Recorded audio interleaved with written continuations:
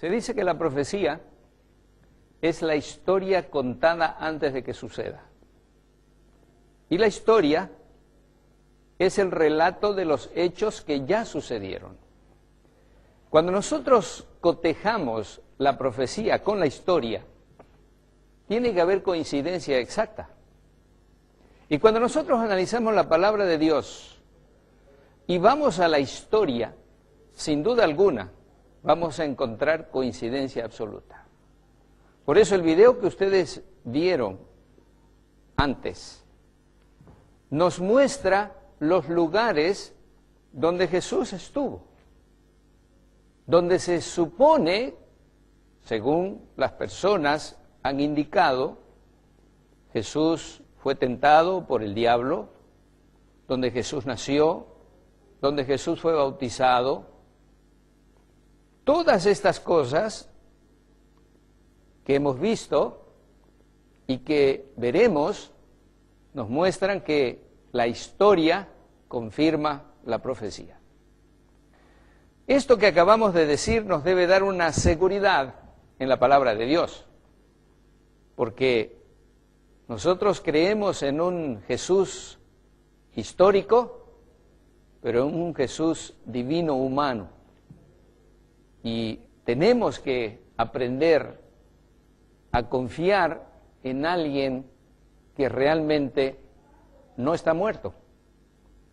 Entre todas las cosas que hemos visto, no encontramos que la tumba de Jesús haya tenido algo adentro.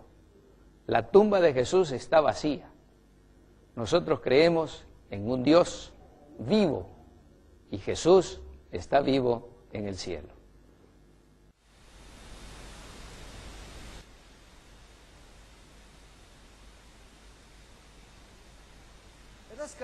Vamos a la ciudad de Capernaum, la cual es conocida como la ciudad de Jesús. Este aquí es un lugar muy famoso. Y si lo mira, no parece nada. Pero en realidad encima de esto hay un edificio gigante, justo encima. Allí puede ver algunos de los pilares de cemento y el piso de cemento. ¿Y qué es esto? Esta es la casa de Pedro. Esta era la casa de Pedro. Pedro vivió aquí. Y esa era su casa. Y Jesús debió haberse quedado allí muchas veces en esa casa. Si realmente es la casa de Pedro o no, nadie sabe. Pero la Iglesia Católica proclama que esta es la casa de Pedro. Y si quiero ver qué está construido encima, ahí está. Una estructura gigante de cemento parado en los pilares encima de la casa de Pedro. Y dice ahí, Beato Petro Apóstolo, y este es el lugar donde Pedro vivió. Y Pedro, por supuesto, significa pequeña roca, y Roma ha construido su iglesia en este Pedro. Y allí tienen una estatua de Pedro justo afuera con un pez al lado de él. Y esta es la estatua gigante de Pedro. Es enorme. Esta es una historia fascinante, porque Simón era también el nombre de Simón Mago. Y Simón Mago, de acuerdo a Eliphas Levi, era el que se convirtió en Petra, el PTR, el Pedro, en el cual, por supuesto, hoy basaríamos todo este sistema. Porque este Simón Mago se convirtió en el hechicero de Nerón. Él era, en otras palabras, el sumo sacerdote, si lo era, de los emperadores romanos. Así que es realmente incierto si están hablando del Pedro, que el Pedro que están honrando acá sea el apóstol. Probablemente sea Simón Mago, el hechicero, el brujo, el ocultista que está siendo honrado. Pero la iglesia construyó este edificio gigante sobre la casa de Pedro. Y a los pies de esta estatua puede ver símbolos de pez y todo eso. Y nos dice que ese es Pedro el apóstol. Y un poquito más allá hay una sinagoga. Entonces aquí hay un edificio gigante hecho de cemento con una estatua gigante de Pedro y justo cruzando el camino esta sinagoga remanente, probablemente la sinagoga donde Jesús más enseñó. Y hay una pequeña placa oxidada que dice el primer siglo tardío, la sinagoga blanca, la sinagoga de Jesús. ¿Saben ustedes?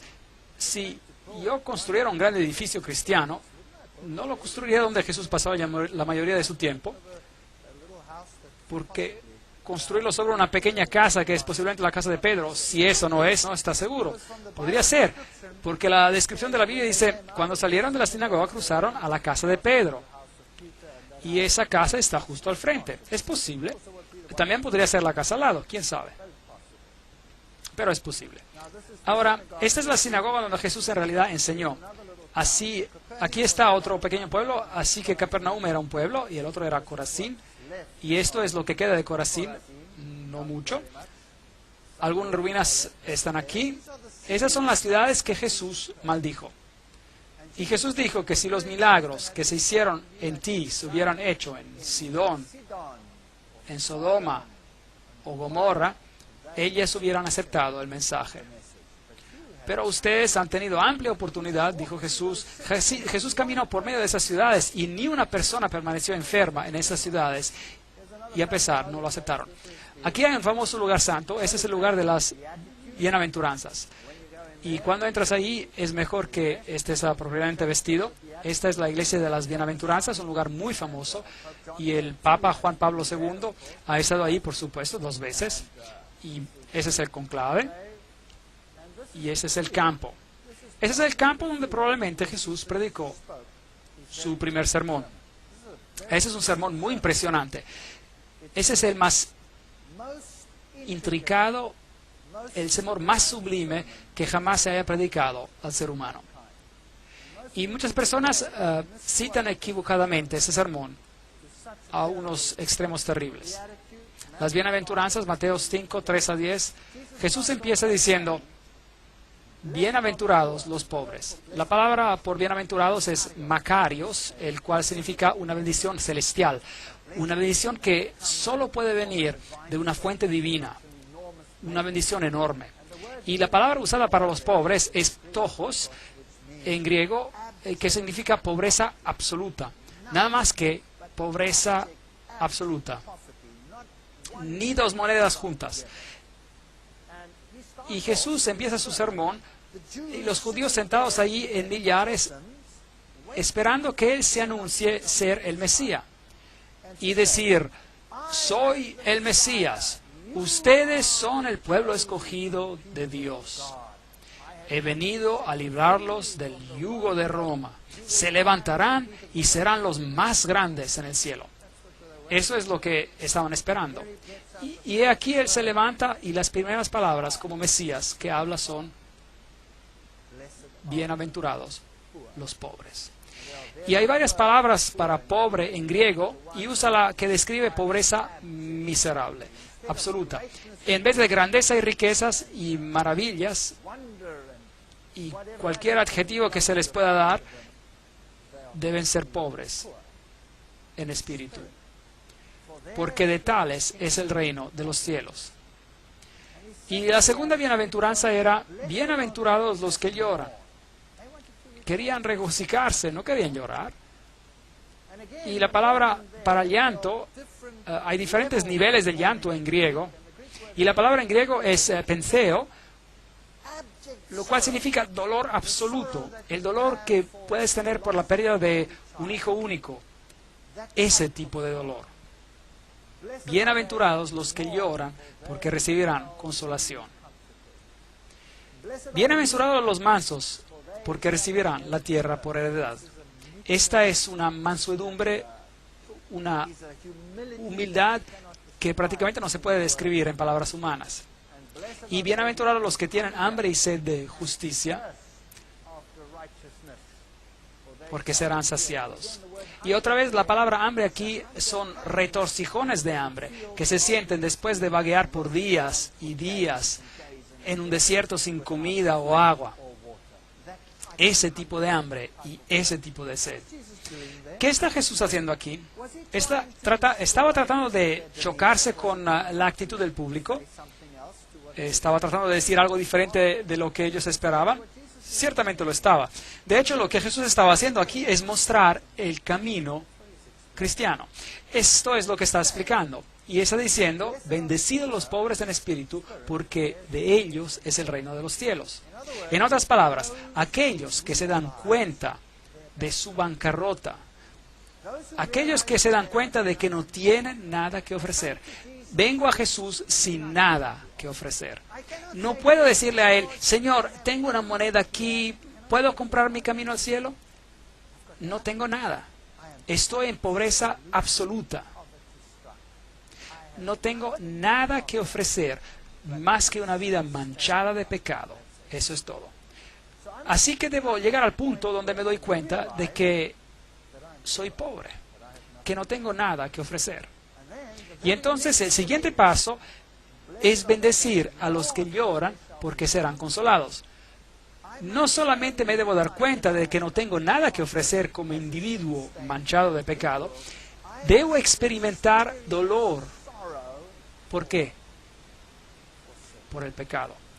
Debo experimentar mi dolor por pecar y debo mirar al Hijo de Dios y debo sentir dolor y debo tener arrepentimiento. Y debo decir, Señor, perdóname por lo que hice. El arrepentimiento genuino es el siguiente paso en el camino cristiano. Bienaventurados son los mansos. Una vez que te des cuenta de que estás en bancarrota, una vez que te des cuenta de que eres responsable por la muerte del Hijo de Dios, una vez de que hayas experimentado un dolor real, no hay más tiempo para quedarte en tu pedestal pensando que eres mejor que los demás. Es hora de bajar y experimentar humildad y saber de que otros y Dios son más grandes que tú. Es un camino muy difícil para el ser humano de viajar. Es lo contrario a cada emoción humana. Bienaventurados los que tienen hambre y sed de justicia, porque serán saciados. El camino de los cristianos no termina con solo darse cuenta de que eres pecador por el dolor de tu pecado y por ser más humilde. Tienes que continuar en un proceso conocido como la santificación, lo cual significa, Señor, cambia mi carácter vil. Pablo dice, debo crucificar el hombre viejo cada día y debo pedir a Dios que me cambie. Y tengo un modelo perfecto que es Jesucristo. Y debo decirle al Señor que me cambie a esa imagen, que verdaderamente pueda reflejarlo a Él. Deseo ser más como tú y menos como yo, porque realmente me encuentro en una condición lamentable. Ese es el camino cristiano. ¿Cuál es el siguiente paso? Una vez de que hayas hecho eso, entonces podrás ser misericordioso, porque ellos obtendrán misericordia. Nosotros tenemos a creer que somos mejores que otros y luego nos convertimos en críticos. Uno de los problemas más grandes en la iglesia es el ser crítico, ¿no es cierto? Ahora sabías de que esa persona todavía hace esto y el otro, y sabías de que ese joven está metido en drogas. Quiero decir, ¿qué te esperas? Mira, los padres son así, esa. En vez de alimentar el hambre y mirarte a ti mismo y decir, ahora mírate a ti mismo, qué miserable eres. ¿Piensas que ellos son peor que tú? ¿Por qué no puedes tener misericordia y simpatía de ellos porque Dios tuvo simpatía y misericordia hacia ti? ¿Acaso no se trata de esto? Así que Jesús dice, una vez de que llegues a este camino, una vez de que hayas experimentado el arrepentimiento, y una vez de que hayas sentido el dolor por tus pecados, y una vez de que hayas bajado de tu pedestal, y una vez de que hayas pedido al Señor de cambiarte y hacerte misericordioso, y tendrás compasión con aquellos que no tuvieron la ventaja de comprender lo que tú has comprendido. Bienaventurados los misericordiosos. Y luego, bienaventurados los limpios de corazón, porque verán a Dios. Me acuerdo cuando vine a esta iglesia vine del mundo, era muy mundano y en un duro negocio. La vida en la universidad es muy dura y tienes que luchar para llegar a la cumbre profesional. Y mi mente era un basurero. Y le dije a Dios, tú sabes, yo no quiero tener una mente así. Y Dios ayuda a uno a limpiar su vida y a desarrollar buenos pensamientos donde moran los malos pensamientos. Ese es el proceso de la santificación. La cristianidad no para solo cuando conoces a Jesús. No es bueno solo conocer a Jesús. No te vas a salvar solo conociendo a Jesús. ¿Acaso el diablo no conoce a Jesús?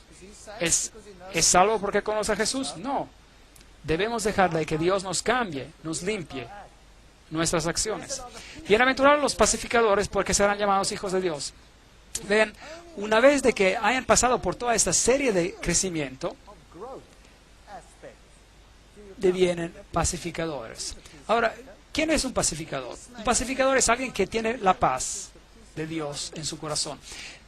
Mucha paz tienen los que aman tu ley, dice en Salmos 119, 165. Ese es un pedazo que es un pedazo del cielo. Y siempre me maravilla cuando los políticos toman esta bienaventuranza en particular y la aplican a ellos mismos y se dan grandes recompensas sin haber pasado por los pasos previos en la experiencia cristiana. Esa persona no es un pacificador. Un pacificador es alguien que ha hecho las paces con Dios. Ese es un pacificador. Y bienaventurados los que padecen persecución. ¿No es increíble? Por causa de la justicia, porque de ellos es el reino de Dios. ¿Cuál es la última cosa que el Señor menciona aquí? ¿Cuál es la última bienaventuranza? Benditos los que padecen persecución. En otras palabras, si pasas por este proceso, si sientes dolor por el pecado, si pides perdón, y si dejas que el Señor cambie tu corazón, y si estás dispuesto a bajar de tu pedestal, y si quieres la paz de Dios en tu corazón, serás una irritación para el mundo y ellos te perseguirán. Es una garantía. Y ese es el proceso del camino cristiano, totalmente opuesto a lo que es el ser humano, a lo que el ser humano quiere en este mundo hoy en día.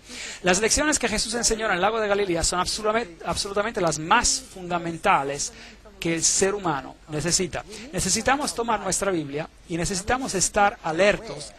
Si tiene una Biblia que está marcada en rojo donde Jesús habla, necesita estar alerto. Debe leer esto cuidadosamente. Lo leemos como historias, pero debemos leerlo con cuidado porque es Dios quien está hablando directamente a nosotros. Cada palabra es un talento de Dios.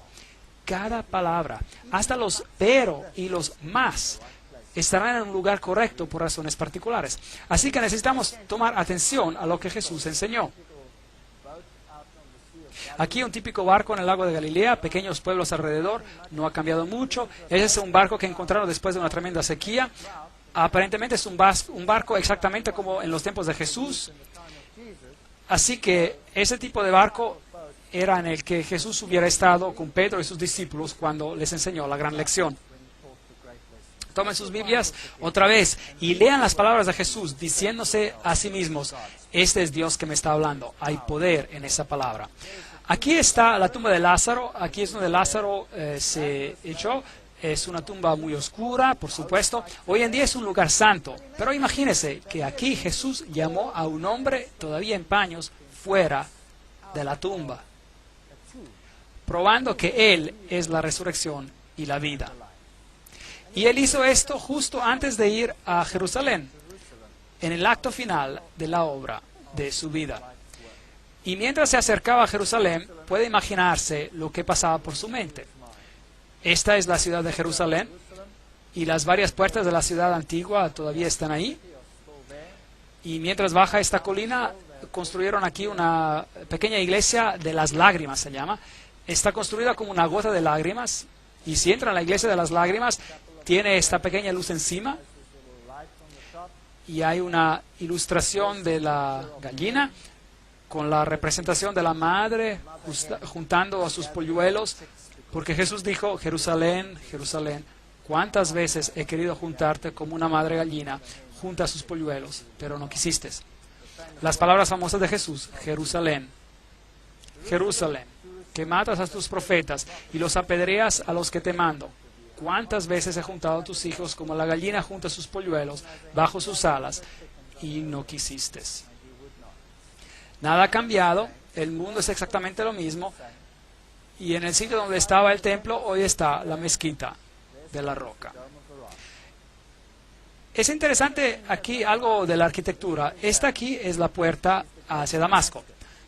Ahora, los arqueólogos nos harían creer que el muro no es hoy en día donde estaba en los tiempos antiguos. Esto es muy importante, porque los católicos tienen el Gólgota dentro de los muros. Y la Biblia dice que Jesús fue crucificado ¿dónde? Afuera de los muros. Ahora, eso es muy importante. ¿Dónde fue Jesús crucificado? ¿En el Gólgota católico o en el otro Gólgota fuera de la ciudad? Ahora, aquí hay una nueva puerta encima y lo que pasó fue que aquí una tubería se reventó y los judíos tuvieron que cavar para bloquear la salida del líquido y a medida de que cavaban descubrieron esta puerta, la puerta de Damasco. Y lo puede ver, está justo abajo y al frente de la nueva puerta. Así que obviamente el muro debe haber estado en el mismo lugar, ¿verdad? Así que esto es muy interesante. El muro estaba en el mismo lugar.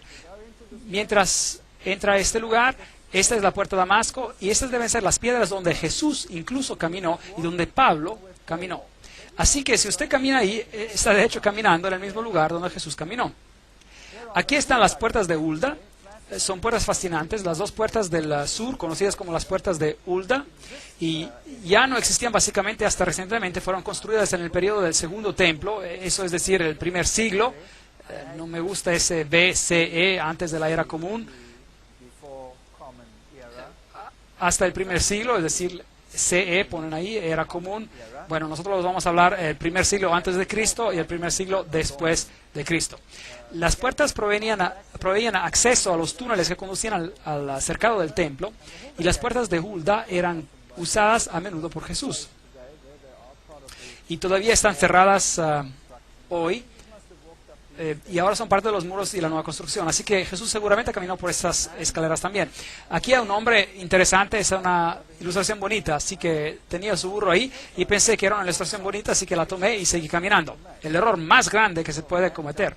Este pequeño hombre saltó a mis espaldas, me sacudió como un trapo para ver si algo caía de mis bolsillos, así que finalmente lo recompensé por su esfuerzo. Y luego mi amigo vino corriendo y lo vio y pensó que sería una fotografía grandiosa. Y me paré ahí y sonreí. Y mientras tomó la fotografía, hizo lo mismo que yo. Y la siguiente cosa que ocurrió, este hombre estaba golpeándolo en la espalda y sacudiéndolo como un trapo. Y me preguntó después, oye, ¿por qué no me dijiste? Y le dije, bueno, quería ver el espectáculo y no tenía por qué decirte. Eso es lo que venden allí en las calles de Jerusalén. Ese es un vendedor de algarrobo. Tiene una jarra grande en la espalda con un jugo de algarrobo y cuando se agacha puedes tomar uno de esos vasos y tomar de ellos. Y ese es el sector judío, muy diferente. Y un moledor viejo ahí, tiendas, pequeños niños judíos, muchas contiendas en este país. Esta es la vieja ciudad de David. Aquí es donde cortaron a Isaías, el profeta, en dos.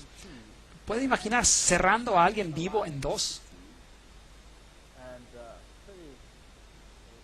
¡Qué gente más cruel! Esta es la iglesia o la construcción que fue construida sobre lo que es el gran cenáculo de la última cena, como ellos dicen. Y este aquí es el Getsemaní. Y si va a Getsemaní, tiene que escoger cuál, porque hay dos. Este de aquí es el Getsemaní ortodoxo, construyeron esta iglesia ortodoxa gigante encima de él. Y justo al lado, un poquito más alejado, está el Getsemaní católico, afuera donde hay árboles gigantes de olivo, en el Monte de los Olivos, donde Jesús fue a orar. Y ellos dicen que estos árboles son los descendientes de los olivos que Jesús vio cuando él fue a orar. Y se acuerda de que Jesús ahí dijo: mi alma está triste hasta la muerte. Quedaos aquí y velad conmigo. Mateos 26, 38. Padre mío, si no puede pasar de mí esta copa sin que yo la beba, hágase su voluntad. Entonces se le aparece un ángel del cielo para fortalecerlo, y lleno de angustia oraba más intensamente, y era en su sudor como grandes gotas de sangre que caían hasta la tierra. Lucas 22, 43. Hay muchas críticas hoy en día acerca de la película, por ejemplo, la película llamada La Pasión de Cristo.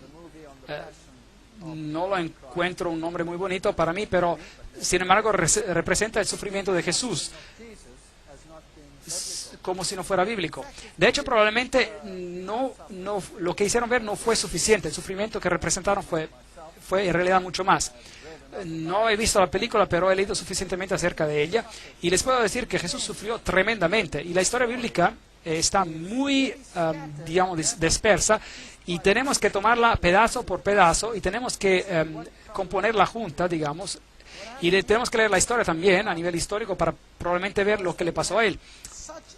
¿Qué le pasó a Jesús en el jardín? Fue que él tenía tanta ansiedad que sus vasos capilares de su piel reventaron. Ahora, esta es una condición médica que ocurre algunas veces hoy en día, y es muy, muy rara vez que alguien sobreviva a esta condición. El estrés y el trauma son tan grandes cuando los vasos capilares revientan por ansiedad que esas personas mueren. Así que lo que debió haber pasado aquí es exactamente la misma cosa, y Jesús pudo haber muerto aquí. Pero un ángel apareció del cielo y lo fortaleció para lo que estaba por acontecer. La Biblia nos dice que esa noche los discípulos lo abandonaron y huyeron. Marcos 14, 15. Cada uno lo abandonó. Este es el Getsemaní católico. Y aquí hay nuevamente la roca famosa donde dicen que él oró y donde las gotas de sangre se derramaron. Ahora, debe recordar que el paganismo está loco por las rocas. Tienen lugares famosos, cuevas famosas, rocas famosas. Las rocas formaban una parte muy importante en el paganismo. Pero otra vez, en las historias de la Biblia, los patriarcas también hicieron altares de rocas, pero no adoraban a las rocas, ellos adoraban a Dios. Y usaban las rocas como altares para sacrificios a Dios, el cual era un tipo de sacrificio de Jesús.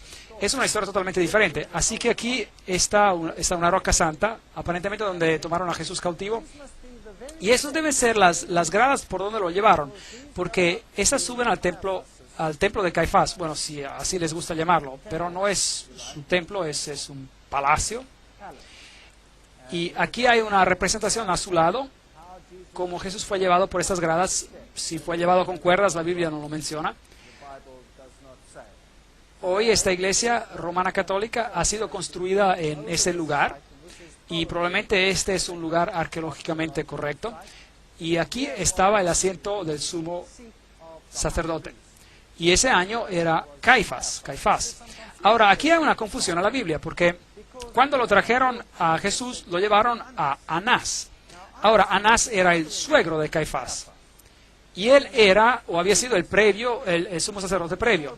Y como la nómina de los sumos sacerdotes se quedaban en la familia, el sumo sacerdote del previo año, el más viejo, era todavía honrado como el sumo sacerdote, aunque él no estaba ya como sumo sacerdote. Así que por eso la Biblia es muchas veces criticada por sus descripciones, pero su descripción está correcta. Y también algunas de las críticas dicen que nadie como Caifás jamás existió. Bueno, finalmente encontraron su mismo sarcófago con el nombre de Caifás, el sumo sacerdote. Así que esto es histórico también. Entonces, si miramos a los juicios de Jesús, la Biblia de hecho menciona 7 juicios de Jesús, lo cual es fascinante porque el número 7 es el número de Dios. Y uno no se puede dar cuenta casualmente al leer los evangelios. Tiene que leer los 4 evangelios y tiene que asociar los acontecimientos en los evangelios muy cuidadosamente, porque no todos los juicios de Jesús se mencionan en todos los evangelios. Algunos evangelios se concentran en Pilato, otros evangelios se concentran en el juicio de Herodes. Jesús fue primero llevado a Anás, y allí tuvieron un juicio delante de Anás. Y fue allí donde el siervo de Anás golpeó a Jesús en el rostro, porque Caifás le preguntó acerca de lo que estaba haciendo, o lo interrogó, digamos, acerca de lo que estaba haciendo. Y Jesús dijo: no hice nada en secreto. Pregunta a estos lo que yo dije, porque yo siempre he predicado en las sinagogas. Y el siervo de Anás lo golpeó en la cara, y entonces ese fue el primer juicio de Jesús. Luego lo llevaron con Anás al sumo sacerdote de ese año, el cual era Caifás. Así que Anás y Caifás debieron haber tenido otro juicio con Jesús. De allí fueron al juicio de la noche. Así que tuvieron un juicio de noche. Y la Biblia nos dice que Jesús fue bajado a un hoyo. Proféticamente en el libro de Salmos se menciona. Y luego tuvieron un juicio en la mañana, porque de acuerdo con su ley era ilegal tener un juicio de noche y tenían que tenerlo cuando el sol levantaba. Así que hubo un juicio con Anás, un juicio con Caifás y Anás, y hubo un juicio de noche con parte del Sanedrín, y juntaron después todo el Sanedrín y tuvieron un juicio en la mañana, y encontraron a Jesús culpable, y luego lo llevaron a Pilato. Y Pilato lo examinó, pero Pilato no quiso decidir por él mismo. Así que lo mandó a Herodes. Y Herodes tuvo un juicio y tampoco quiso hacerlo él solo. Así que lo mandaron de vuelta a Pilato. Y hubo un juicio final cuando Jesús fue puesto en las manos de los judíos para crucificarlo. 7 juicios en total. Así que ese es el primer lugar donde Jesús estuvo. Hoy, por supuesto, es un lugar famoso donde Pedro nuevamente se honra. Y María, la ilustración de una diosa, de hecho. Un camino a la capilla del pesebre, la capilla del bendito sacramento, el patio, las santas gradas, el hoyo sagrado. Allá abajo era donde los prisioneros se encarcelaban cuando había un juicio de noche. Y aquí están los huecos de las rocas. Entonces normalmente lo que pasaba es que sus brazos estaban puestos aquí y las manos pasaban por aquí encima y la otra por aquí y luego lo ataban por aquí. Y allí colgaba con su frente mirando al frente. Así, ahora, si los judíos encontraban a alguien culpable, tenían el derecho de poner un castigo. Pero el castigo capital, digamos, la pena capital, estaba bajo la ley romana y no se les permitía condenar a alguien a muerte.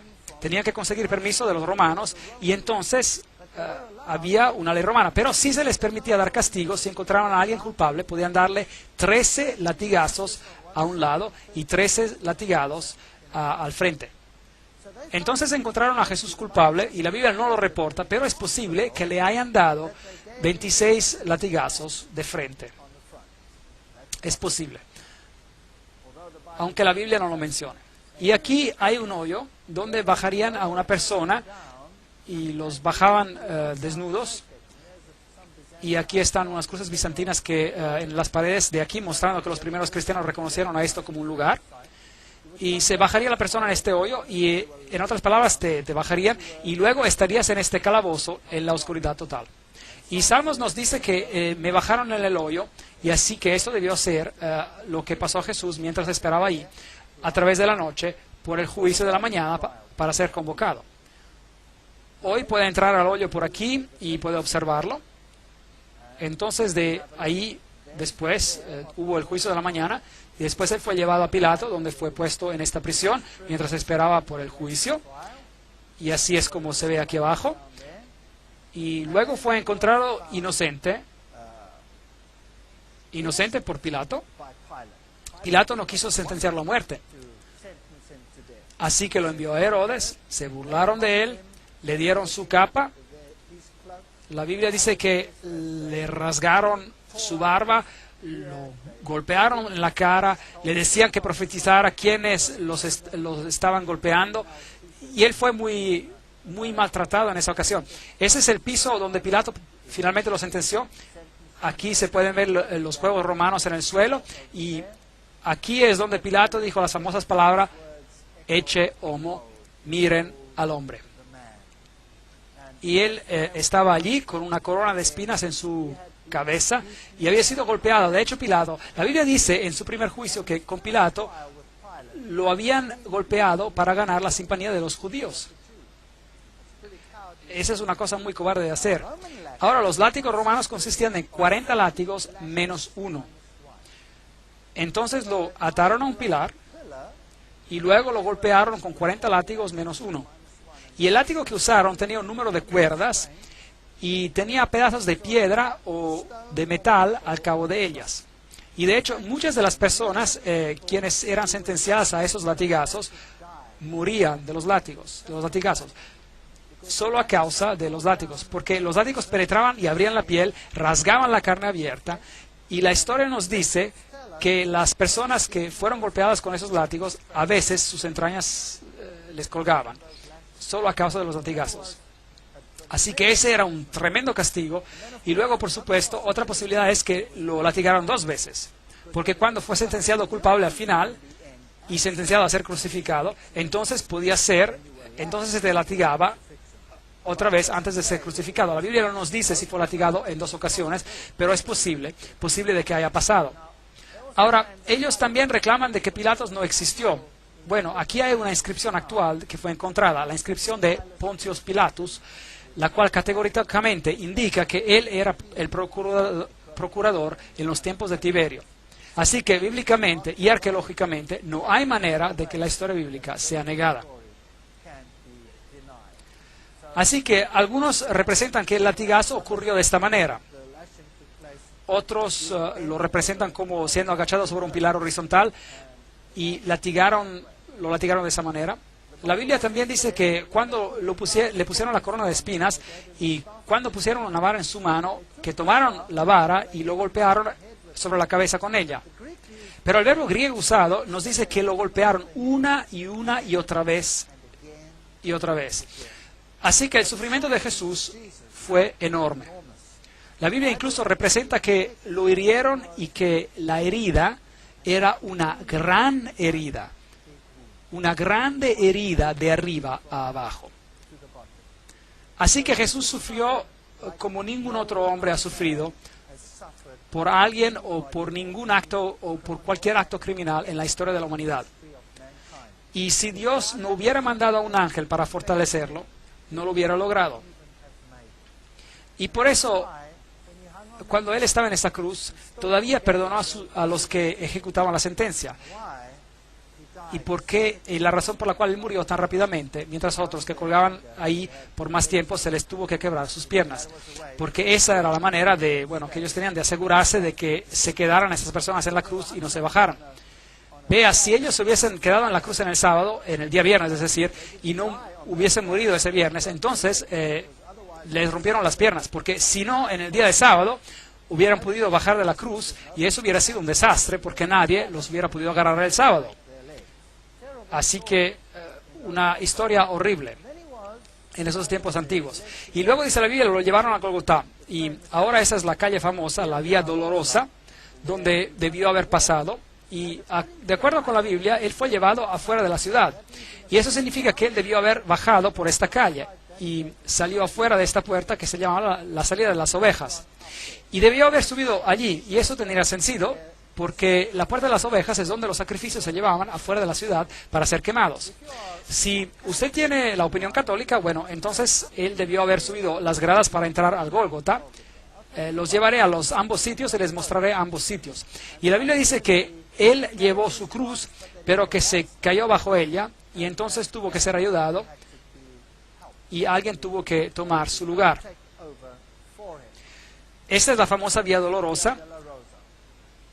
Al subir pasamos por aquí, caminando por el túnel que es conocido como el túnel de Ezequías, donde tuvimos una mala experiencia, donde nos apedrearon. Y aquí es el famoso sepulcro católico, o la iglesia famosa, donde reclaman ser el Golgotá. Ahora, afortunadamente para los católicos romanos, todo encaja en una iglesia. El lugar donde la cruz se encontraba, más el lugar donde está el sepulcro. todo en una iglesia, muy conveniente para los peregrinos. En el lado de aquí tienen una plaqueta, tienen granadas y pomelos, las granadas y los pomelos exactamente como lo tenían en los templos de Baal, exactamente lo mismo. Muy interesante las anomalías paganas en este lugar. Cuando entra a esta Gólgota católica tiene varias urnas colgando con las sales santas. Tiene de nuevo la famosa piedra. Aquí está un hombre besando esta piedra. Esta piedra de aquí es donde ellos aparentemente dejaron el cuerpo después de que lo bajaron de la cruz. Y aquí está el famoso sepulcro donde se entra. Esto es donde fue enterrado, o así se supone, y así que ese es un lugar santo. Si entra allí y paga al sacerdote y él te bendice, tienes una absolución de un número de meses. Un lugar muy pequeñito, y la Biblia dice que había una piedra gigante rodada enfrente del lugar. Aquí, este lugar es muy pequeñito, es una iglesia que dicen ser el sepulcro. Así es como se ve. Y uno se da la vuelta y tiene una idea del tamaño. Y si mira las velas ahí, son bien pequeñas. Eso es todo. Es todo lo que uno puede ver y se puede mover alrededor. Y si sube las gradas a la iglesia, entonces se llega a un lugar donde las personas están bien reverentes. Y allí es donde el Gólgota estaba. Y tiene todas esas estatuas de Jesús y María y las mujeres alrededor y mucho oro, plata y brillo. Y hay un lugar justo allá donde se encontraba la cruz. Ahora, hay una Gólgota ortodoxa también, que no está muy lejos de ahí, y uno puede, aparentemente en la misma iglesia, y uno puede poner su dinero o a un lado o al otro, se puede escoger. Y si entra en ese lugar, entonces tendrá una bendición especial. Es algo que una persona no tiene que perder, así que mi amigo y yo nos fuimos ahí a ver qué era. Y luego hay una roca que dicen es la calavera del Gólgota, justo ahí en la iglesia. Y dicen que esa era la calavera. Así que esa es la famosa Gólgota católica romana que tiene la mayoría de los peregrinos en el mundo. Y si sale de la Puerta de las Ovejas, la cual hoy día se llama la Puerta del León, en los tiempos antiguos se llamaba la Puerta de las Ovejas, y sale afuera, y recuerda que el muro es aproximadamente donde estuvo en los tiempos antiguos, según la arqueología. Entonces tiene un problema si se encuentra en el Gólgota católico, porque está dentro de la ciudad. La Biblia dice que Él fue crucificado afuera de la ciudad. La salvación es para cada uno.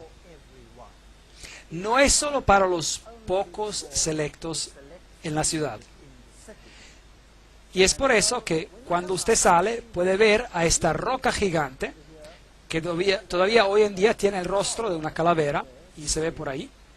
Y encima hay un cementerio musulmán hoy día y se llama el lugar de la calavera. Y de hecho esto es una calavera.